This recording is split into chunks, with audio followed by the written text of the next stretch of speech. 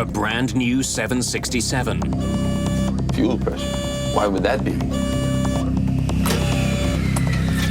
How come I have no instruments? A catastrophic failure at 26,000 feet. Winnipeg, Air Canada 143. Air Canada 143, go ahead. Just lost both engines. Holy cow! I'm talking to a dead man. How far are we from Gimli? You're approximately 12 miles from Gimli right now. I guess I'll just slip it. The crew is out of options and running out of time. They're at the controls of a 95-ton jet that's quickly falling from the sky.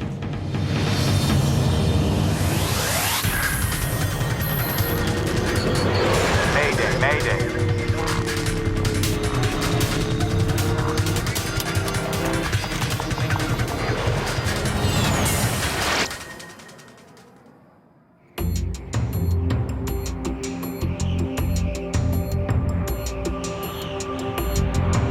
In placid skies over central Canada, Air Canada Flight 143 is just past the halfway mark of its journey from Montreal to Edmonton, Alberta.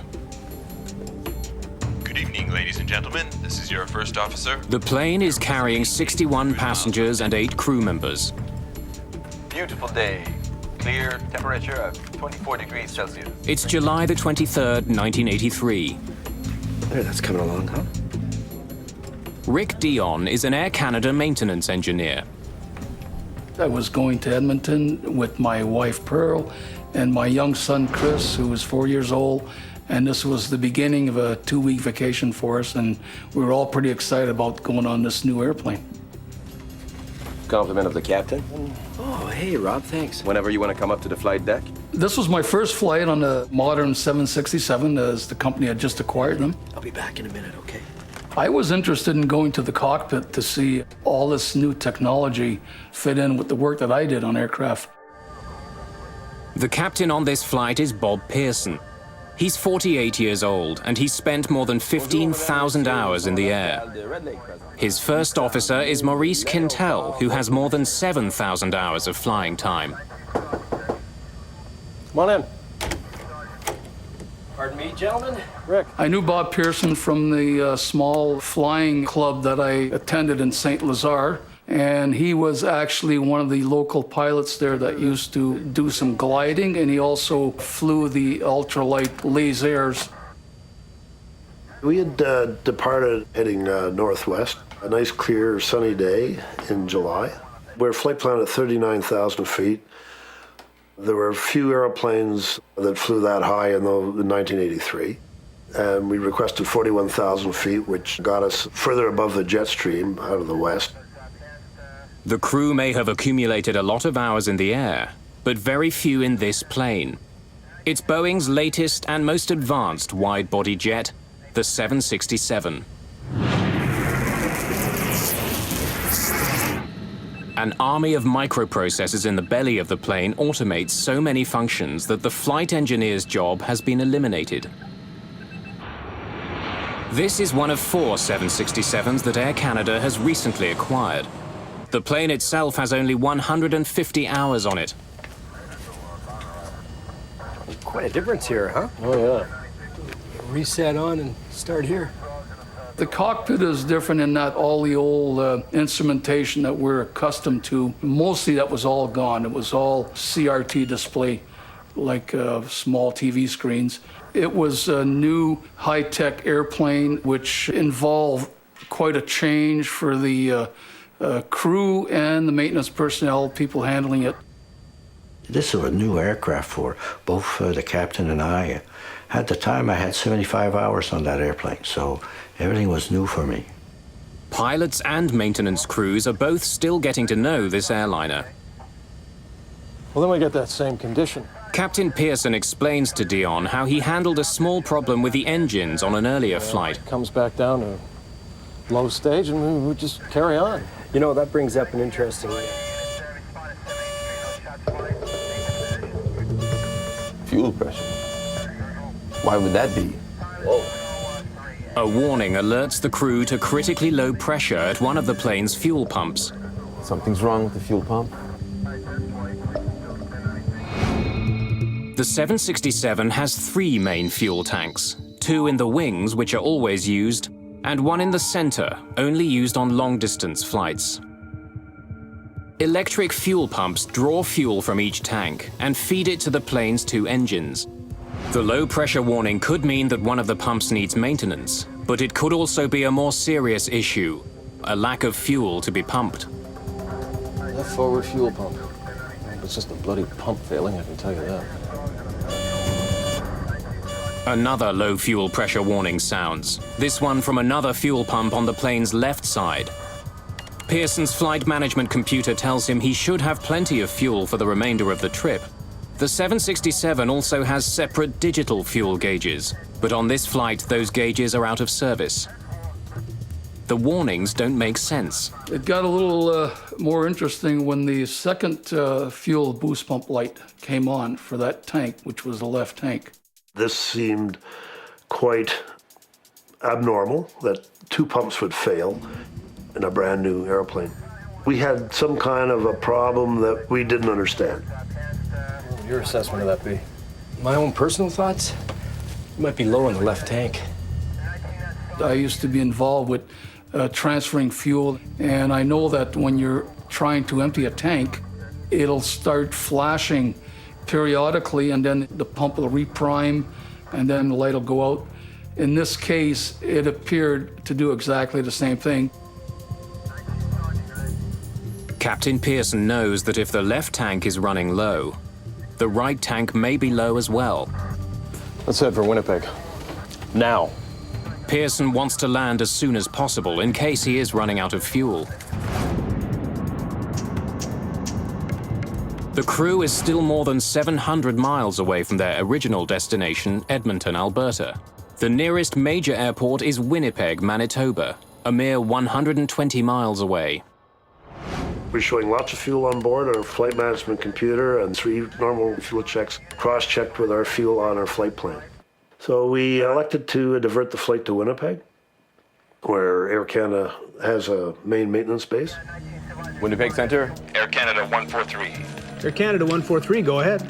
Ron Hewitt has 20 years' experience as a radar controller. Yes, sir, we have a problem. We're going to requesting direct Winnipeg. Air Canada 143 cleared. Take position, direct Winnipeg. You are cleared to maintain 6,000, descent, your discretion. Send to 6,000 his discretion, and that was it. He didn't tell us what the problem was, and it's none of my business. Give him what he wants, get everybody out of his way. That's about what we do. Okay, we're out of 410. Pearson now begins to descend from 41,000 feet. Oh man, we're all going out, eh? The low-pressure warnings are spreading to more and more of the fuel pumps.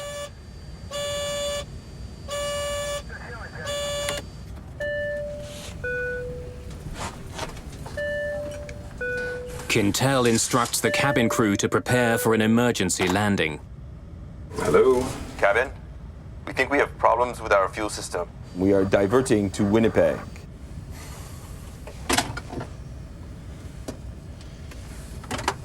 All flight attendants to front galley, please. I hope this is just false warnings. Rick, can you think of anything we haven't done? No, I can't, Bob.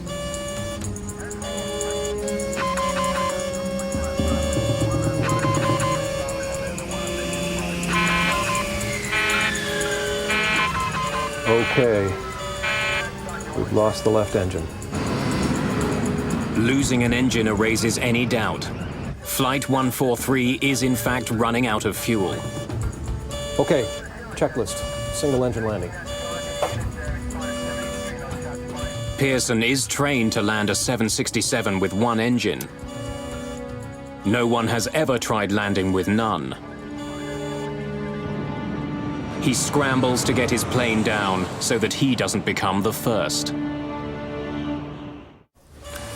With only 1 engine powering Air Canada Flight 143, and with the possibility of the other engine shutting down, the crew prepares the passengers for the worst. Ladies and gentlemen, this is your in-charge flight attendant speaking. Due to mechanical problems, we'll be preparing for an emergency landing. Please return to your seats and fasten your seat belts. Your crew is fully trained to deal with this situation, and as you may have noticed, some crew members have already started to prepare the aircraft. I had no idea, like the rest of my crew members, that there was a problem with fuel. I had no idea why we were going to Winnipeg. Approach and landing. Flaps will be 20. Right. Ground flap override. As they're doing that drill, the right-hand fuel pump low pressure light was flashing as well, much like it did on the left. They were quite busy carrying out the first engine out, not watching the pump lights, which was right at my eyebrow, so I kind of knew that that one there was going to shut down too. What was that?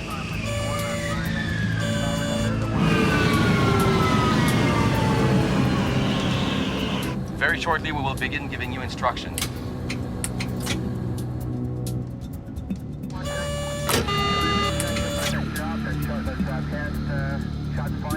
How come I have no instruments? Our beautiful colored engine and flight instrument displays simply went black. Ladies and gentlemen, please remain calm. Please follow our instructions. Refrain from smoking and put your chair back in the upright position. Secure your seatbelt tightly against your hip. It's exactly what Pearson had feared. He's lost both engines. At 26,500 feet, still 75 miles from the nearest major airport, he's out of fuel. Winnipeg, Air Canada 143. Air Canada 143, go ahead. Just lost both engines. When both engines shut off, I think he said, "Holy, I'm talking to a dead man." We were trained in the simulator to handle a single engine failure. We had never practiced, and I don't believe most pilots ever get the chance to practice total engine failures. 143 just lost their engines. It's highly unlikely that anybody's going to survive this, because I could see them trying to make a turn and spinning in. An airplane's engines not only provide thrust, they also generate the power needed to manipulate the plane. It would be completely uncontrollable, but modern airliners are like a Swiss Army knife with one last blade hidden away. In the event of a loss of power, they automatically deploy the RAT, or ram air turbine. It's spring-loaded, and the propeller that drives this small hydraulic pump is about the size of a propeller you would see like on a little Cessna 150. And this arm catapults down into the slipstream. This propeller starts to turn, drives this hydraulic pump, and it gives you basic systems. I was pretty quiet, flying without motors. Pearson knows that time is running out. He needs directions to the closest landing strip. 143, this is a Mayday, and we require a vector arm to the closest available runway. 143, we copy that all okay. But the loss of the plane's engines has had an unexpected consequence at air traffic control. They're gone. They were right here. We've lost him. He's dropped off the screen. I need primary radar.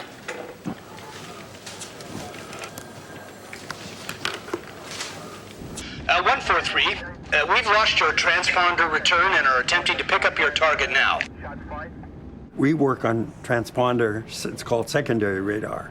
We take the pilot signal to paint the aircraft.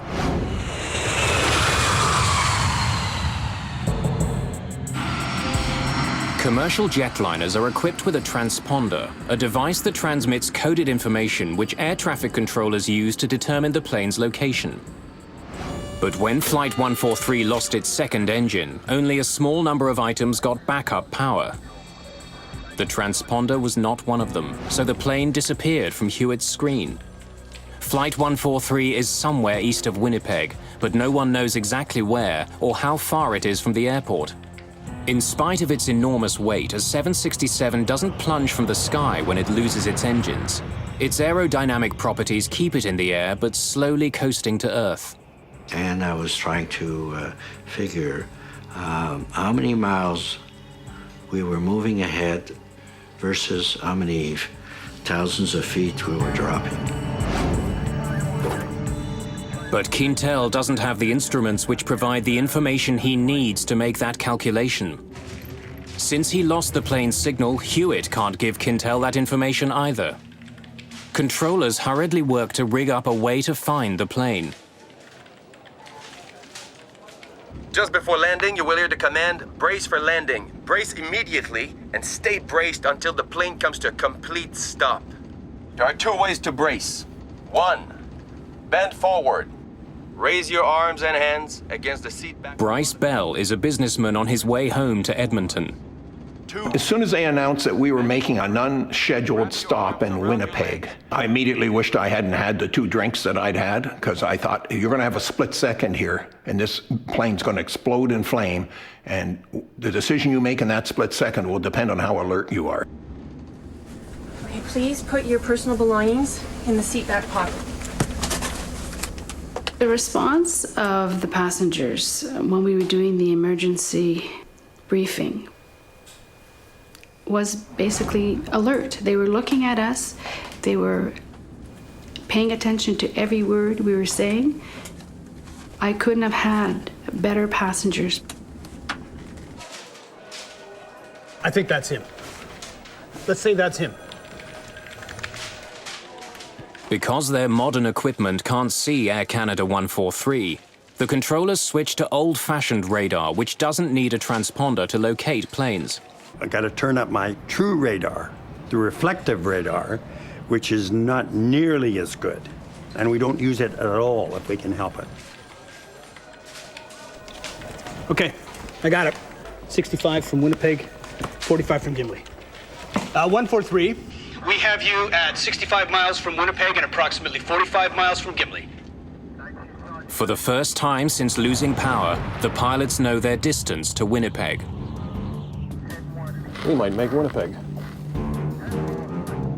Quintel, however, thinks that Gimli is a safer bet. Gimli, Manitoba has a decommissioned Air Force base. It's about 20 miles closer than Winnipeg. As luck would have it, Maurice Quintel trained at Gimli while in the armed forces. He knows it well. 45 miles to Gimli. That is a long runway. Is there emergency equipment at Gimli? Negative emergency equipment at all. Just one runway available, I believe. And no control tower and no information on it. Pearson must consider the possibility of a crash landing. If he has any chance of making it to Winnipeg, which has full emergency support, he knows he must try for it. Okay, then we would prefer Winnipeg. Fine. 143, continue your present heading. We all reacted very businesslike and say something specifically to the situation, but never would we ever look at each other. I think we were all afraid that we might break down. Parents were hugging their little kids, and people were busy scribbling away, which I found out afterwards where they were writing their notes to loved ones and their wills and all kinds of things like that. It was pretty nerve-wracking. 143, a question if you have the time. Okay, go ahead. Total number of persons on board, please. The actual number of people on board is 69, but Quintel is overtaxed. He gives a lower number in error. I have 33 people on board, including the crew. Okay. I have to ask if Soul's on board. I know he's busy. I don't want to ask him questions, but I have to. This thing can go down in the lake or the field. And I remember thinking, great. I know this airplane carries about 300 people. At least it's not 300. It was about regrets. It was about things I hadn't done in my life. It was about ways I've treated the odd person here or there that I wish I'd treated more gently. It was about how stupid I was at some of the things I used to make big issues out of that are so insignificant when it really comes down to what real reality is about. It was pretty devastating.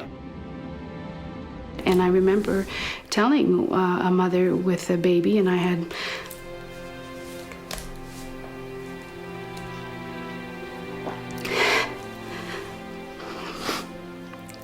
my daughter Victoria, and telling this woman that it was going to be okay. And I did it. I was so proud of myself that I could be so straight with her and tell her that it was going to be all right and really look at her in the eyes. Okay, and how far from the field are we now? You're 35, correction, make that 39 miles from Winnipeg. Roger. Now that controllers can see Flight 143 on radar, they can provide Quintel with the information he needs to figure out if he can glide as far as Winnipeg. Roger, what is your altitude now? 8.5. 8.5. About 8,500 feet above the ground, Captain Pearson can see his destination.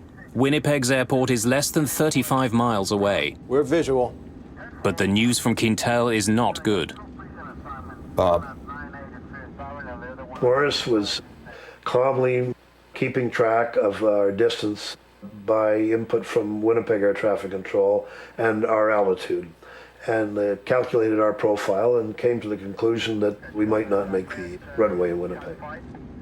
We can last maybe another 20 miles. We're not going to make Winnipeg. Quintel has calculated that at the rate they're falling, they would hit the ground a full 15 miles short of the runway. How far are we from Gimli? You're approximately 12 miles from Gimli right now. Where is it? Which way is he moving? On your right. Turn right to a heading of 345. I would say you have 10 miles to fly. Okay, fine. We're gonna go there. I'm gonna go check on my family. You guys don't need me up here right now, huh? No, we're okay.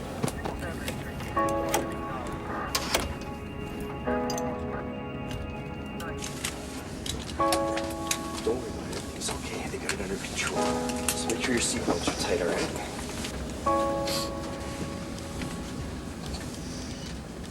When I went finally to sit down in my seat, this is where I thought, wow, this is it.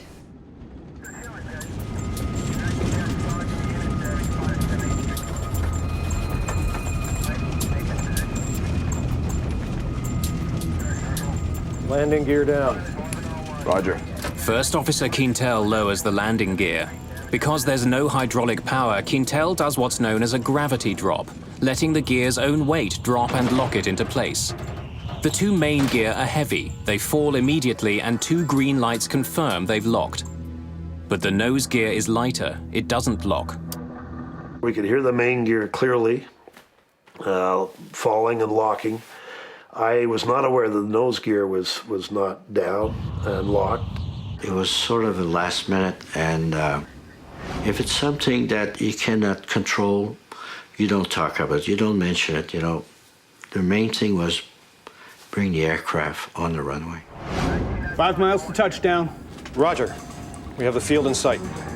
5 miles from Gimli, Pearson and Quintel finally see a runway they can land on. But there's a problem. We're too close, huh? It's going to be too steep, too fast. Yeah, I know. Pearson is almost at the runway, but he's much too high above it. If he comes down at a normal descent rate, he'll miss the landing strip. But if he comes down steeply, his plane will gather a dangerous amount of speed. He won't be able to stop before the end of the runway. The normal approach, we have leading edge and trailing edge flaps, which allow us to slow the airplane down and fly at a slower speed safely. We did not have those flaps as they run off the main hydraulic system. So what are we gonna do? So we discussed, we had two possibilities. One of them was to do a 360-degree turn and lose the excess of altitude. On the other hand, I thought it would take about 3 minutes, and we were already descending at the rate of 2,500 feet a minute. Only about 3,000 feet above the ground, the plane doesn't have enough altitude to make a full circle. It would hit the ground before making it back to the landing strip. Pearson chooses a second option. Well, I guess I'll just slip it. Pearson decides to try a maneuver called a side slip, practically unheard of on commercial airliners, but sometimes used by glider pilots. And Bob Pearson has a lot of experience flying gliders. I'm just going to slip it down till we're almost down at the runway, then I'll straighten it out. Okay. Side slipping involves what's known as crossing the controls. Here we go. Pearson plans to force the aircraft into a sideways freefall, allowing it to drop quickly without increasing its forward airspeed. Pearson has never actually performed a side slip in a glider, but he's attempting one now in a Boeing 767. The only way that I could control our speed and our descent profile with the runway was to induce drag in the fuselage by cross-controlling the rudder and the elevators on the tail and the ailerons and the wingtips, and cause the aircraft into a crab configuration. Then I can vary that to increase or decrease our speed or increase or decrease our descent rate. Pearson controls the plane's descent by using his rudders and ailerons to change the angle of the plane. Crossing the controls involves tipping the wings in one direction, but turning the aircraft in the opposite direction, pushing it sideways into the oncoming air. As Flight 143 begins to drop towards the Earth, Quintel is about to discover something he did not expect. The runway he trained at 15 years ago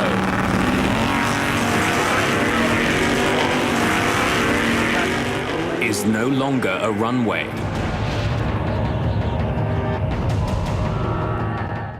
Captain Bob Pearson is out of fuel, out of engines, out of options.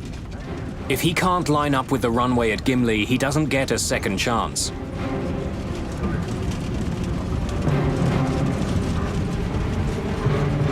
Pearson turns the yoke left and pushes the rudders to the right.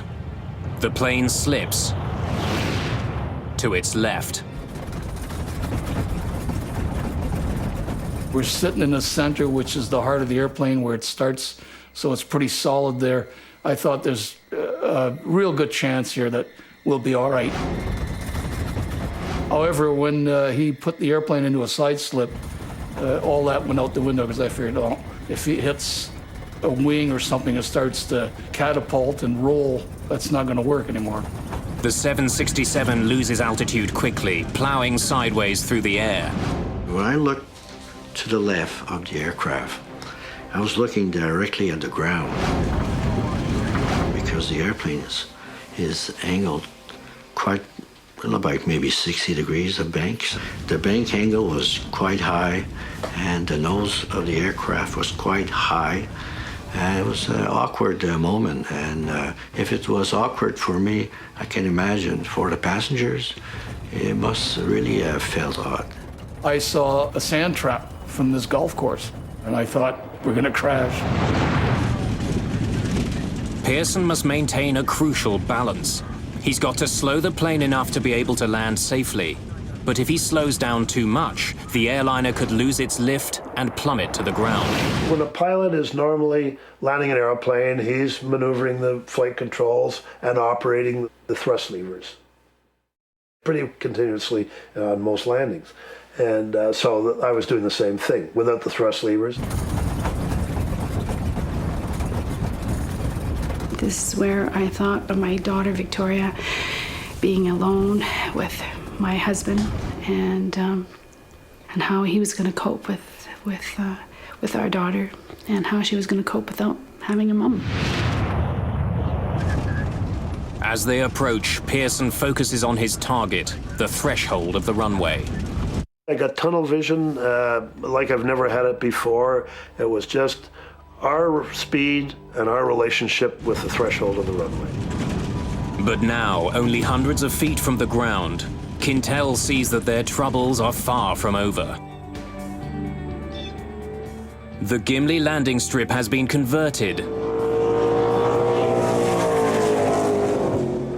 into a drag racing strip.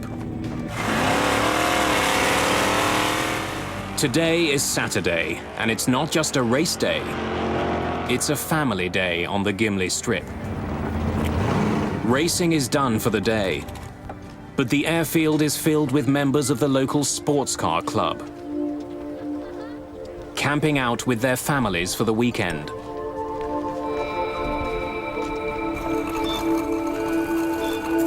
Two children have decided to pedal the length of the runway. They don't hear the plane coming for them. Without engines, it's silent. And one thing the 767 doesn't have is a horn. Brace! Brace for landing!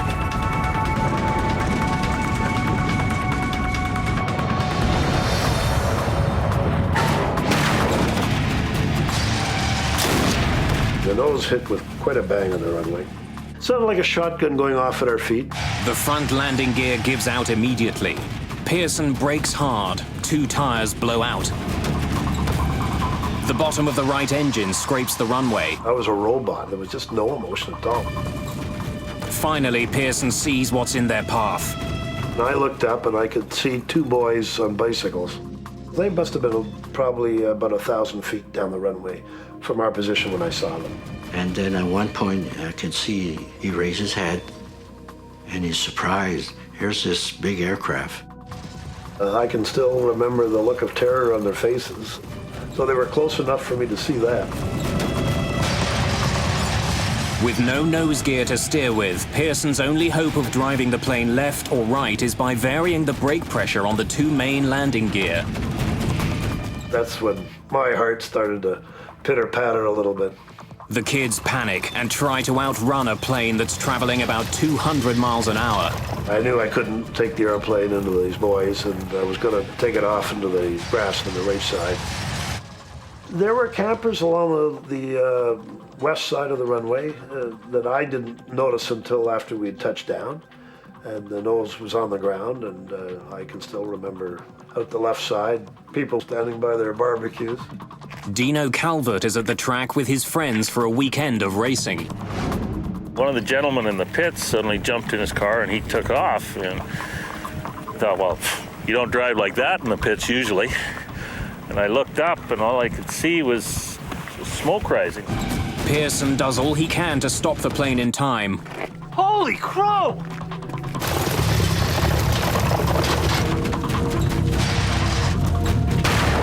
The plane plows into a guardrail installed down the middle of the runway. Smoke, Bob.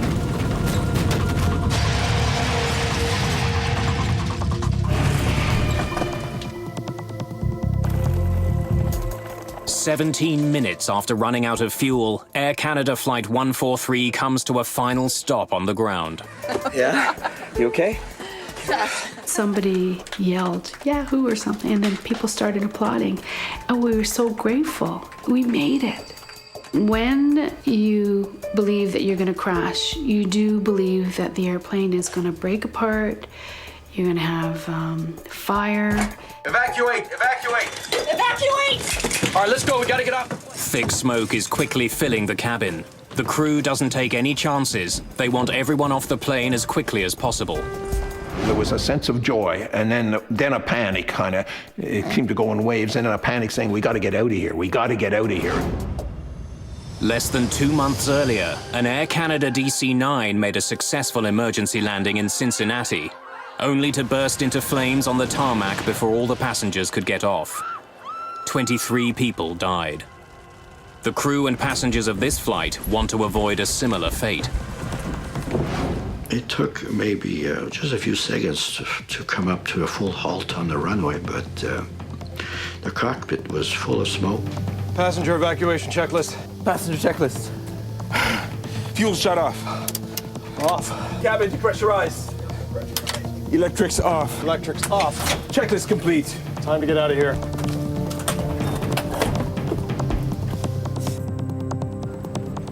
Come on, guys, get some fire extinguishers. We grabbed the fire extinguishers on our way, and you never go to a fire at a racetrack without having a fire extinguisher with you. And we ran up towards it. The doors open up, and you see the chutes come out, sort of like a spider growing legs. The plane ended up eventually standing almost what appeared to me to be almost on its nose.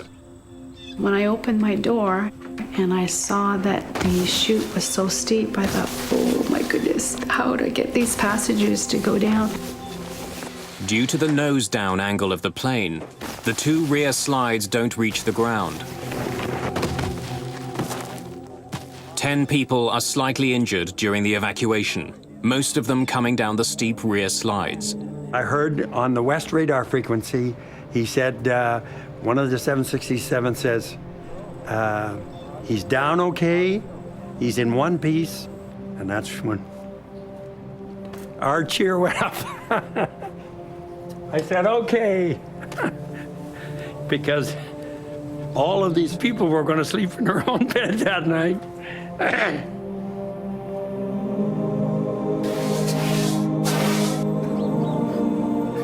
There's still a lot of smoke coming from the plane's nose.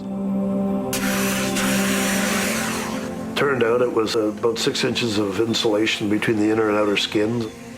From friction, that was starting to burn. The flight attendants have good news. All 61 passengers have made it off the plane. There's not so much as a single serious injury. Come give me a hand. Yeah, extinguisher.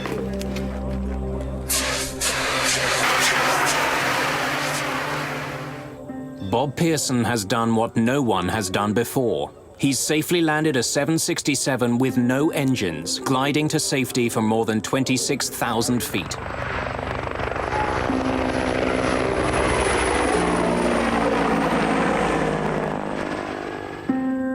Air Canada Flight 143 glided... The event makes international headlines immediately. People are already asking how one of the most sophisticated passenger planes in the world could have run out of fuel. Sliding down emergency chutes.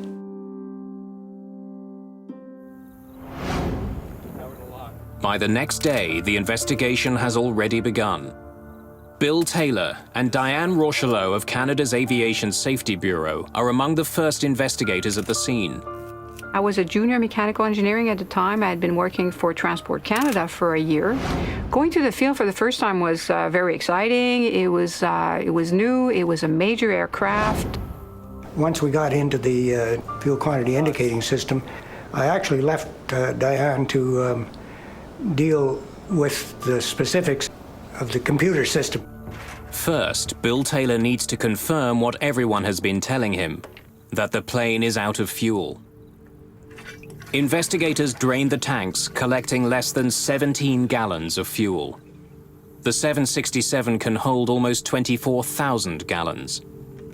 It's like having 5 tablespoons of fuel in a mid-sized car. Taylor next needs to examine the possibility that the fuel leaked out during the flight.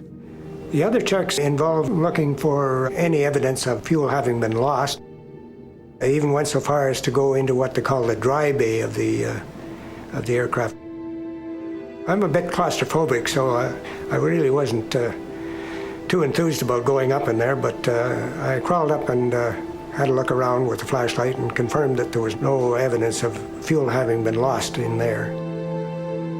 That leaves Taylor with only one conclusion. Flight 143 took off without enough fuel.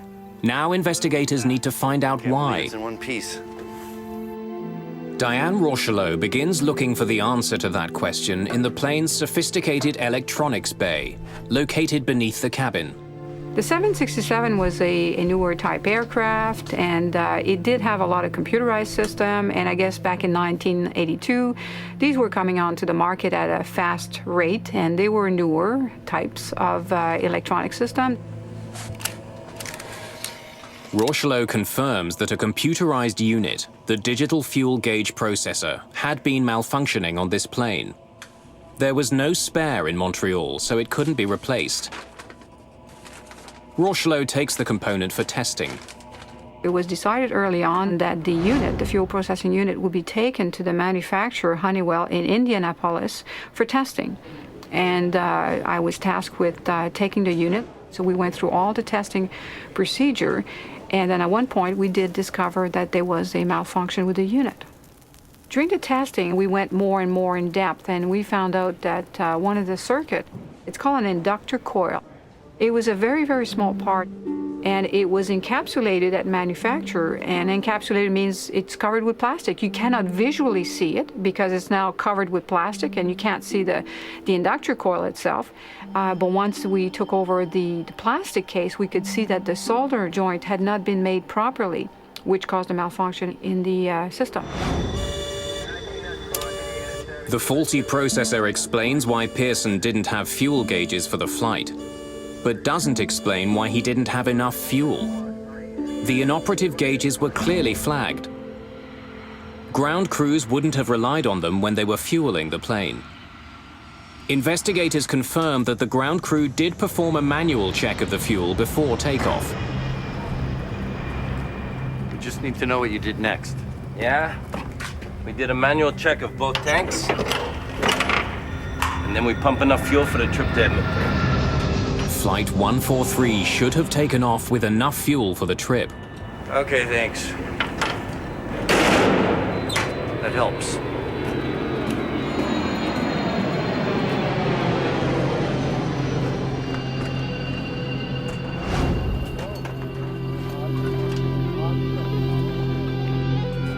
Investigators now have to figure out how one of the world's most advanced jetliners took off with half the fuel necessary for its flight.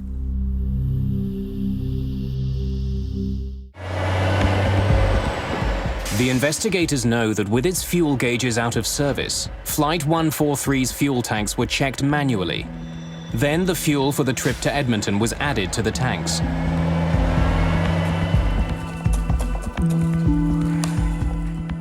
But before the plane could be given more fuel, a crucial calculation had to be carried out.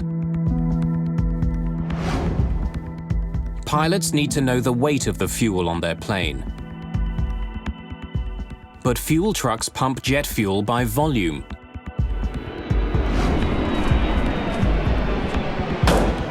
In order for pilots and fuelers to communicate, a simple routine translation between volume and weight has to be made.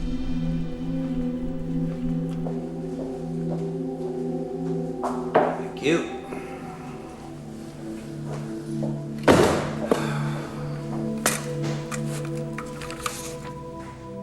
Investigators check and double-check that math.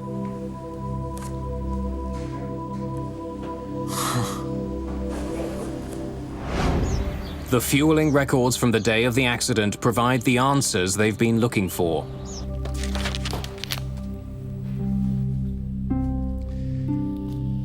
This is a typical fueling record. But when investigators examine the calculations for Flight 143, and this is from Flight 143. They look anything but straightforward. The document clearly shows the amount of fuel in the right and left tanks, but investigators are troubled by two particular numbers. One converts volume to kilograms, the other converts it to pounds. He shouldn't have been using both. So did you convert to pounds or to kilograms? To pound? Oh, to kilo. Can I see that again?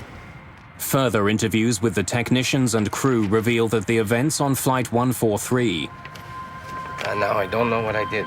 were caused by human error involving poor calculations and ultimately inadequate training. Okay, fellas, we've finished with the fuel. The technicians refueling Flight 143 got muddled in their calculations while converting the volume coming out of the fuel truck to the weight of the fuel in the plane's tanks. No one who saw the calculations that day noticed the basic error. In 1983, Canadian ground crews were used to converting the amount of fuel leaving their trucks into pounds. The 767 was the first plane in Air Canada's fleet to have metric fuel gauges. Its fuel should have been measured not in pounds, but in kilograms, which requires a different calculation. Flight 143 needed 22,300 kilograms of fuel for the trip. But pilots and technicians let it leave with 22,300 pounds instead. Because a pound is about half a kilogram, the plane only got half the fuel it required, which explains why Pearson's flight computer told him he had plenty of fuel. He entered the wrong amount of fuel to start with. In the past, the flight engineer calculated the fuel loads. This accident raised an important question. Whose job was it with the two-man crew? Better training is definitely an issue in an incident such as that. If everyone is trained and the lines are drawn as to who's responsible for what, then there's no ambiguity on it. People know what they're responsible for. In this case, it was sort of open-ended. We weren't aware who was responsible for the final say on this field stuff. A subsequent inquiry found that none of those involved that day was trained in metric calculations. Not the ground technicians, not the pilots. I had not received any, neither of us had received any training at all on doing these calculations. The computer that had replaced the 767's flight engineer was broken, and no one knew who should be doing its job. Air Canada 143 was essentially down a man. And the goal is to prevent a recurrence of this particular event. And also, we also find out other systems that might have been either at fault or maybe they could cause a problem in the future, and you do try to prevent recurrence. All right. It took a string of mechanical and human failures for Flight 143 to run out of fuel. But another failure that day may have saved some lives. If the plane's nose gear had not collapsed, it would have taken Pearson much longer to stop.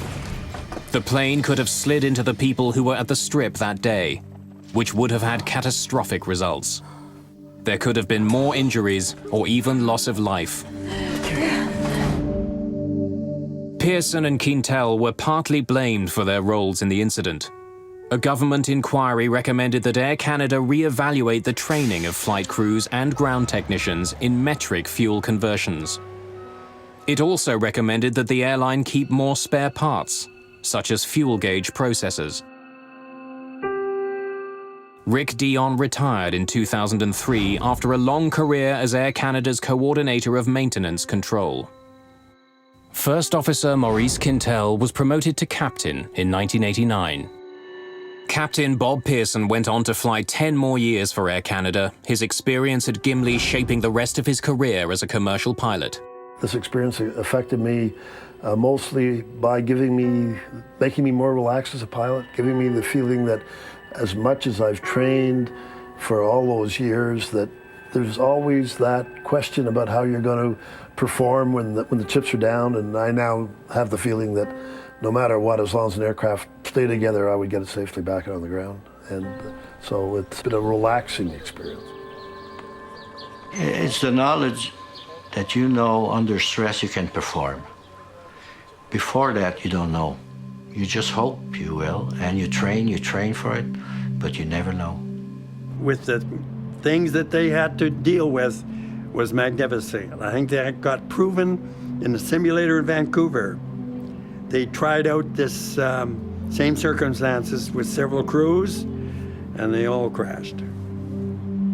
Probably the most important thing that came out of it was a realization that when something new is introduced, special attention and training needs to be accomplished for people to be aware what they're dealing with. When we had landed and the airplane was all in one piece, I thought, wow, I got another chance to fly again. Because of a tragedy like that, once you take your deck of cards and fire it in the air, you're truly free. And I guess from that point of view, Gimli could, I find it very difficult to say, but Gimli was maybe almost the best thing that ever happened to me, next to meeting my wonderful wife and marrying her. 2 days after the landing at Gimli, Air Canada's 767 was back in the air on its way to Winnipeg for repairs. A quarter century later, that same plane is still in service, and it still carries the nickname that Bob Pearson earned it, the Gimli Glider.